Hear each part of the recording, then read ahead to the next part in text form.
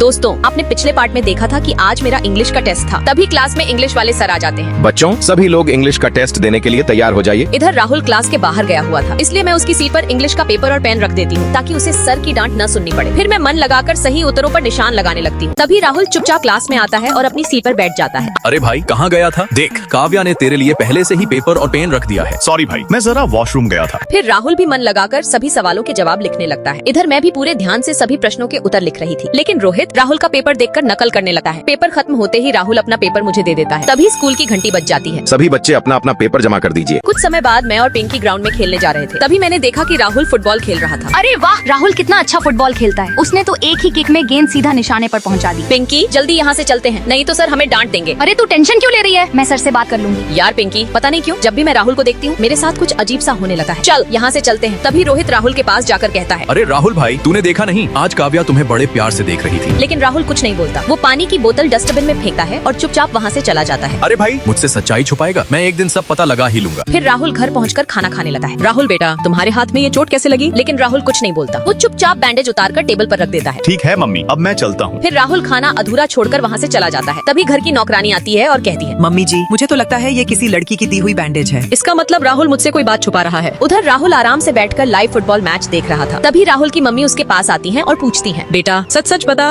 उस लड़की का नाम क्या है? अरे नहीं मम्मी, मैं किसी लड़की को नहीं जानता। इतना कहकर राहुल वहाँ से उठकर भाग जाता है। कुछ समय बाद राहुल अपने बेड पर लेटकर मेरे बारे में सोचते सोचते सो जाता है। फिर अगले दिन मैं और पिंकी साथ में स्कूल आते हैं। जैसे ही मैं अपनी सीट पर बैठने जाती हूँ तो देखती हूँ कि राहुल मेरी सीट पर बैठकर अपने दोस्तों को पढ़ा रहा था। देख भाई, ऐसे लिखेगा तभी अच्छे नंबर आएंगे। लेकिन भाई, मुझसे ऐसे नहीं लिखा जाता। अरे भाई तू रहने दे, तुझसे नहीं हो पाएगा। फिर मैं अपनी सीट लेने के लिए राहुल के पास जाती हूँ, लेकिन उसे देखते ही उसकी यादों में खो जाती हूँ और बस उसे देखती ही रह जाती हूँ। क्या देख रही हो काव्या? सॉरी, वो मैं मुझे लगता है तुम्हारी हैंडराइटिंग भी अच्छी नहीं है क्या? नहीं, ऐसी बात नहीं है। मैं तो बस अपनी सीट पर बैठने आई थी। दोस्तों, अब आगे क्या होगा जानने के लिए चैनल को अभी सब्सक्राइब कर लीजिए।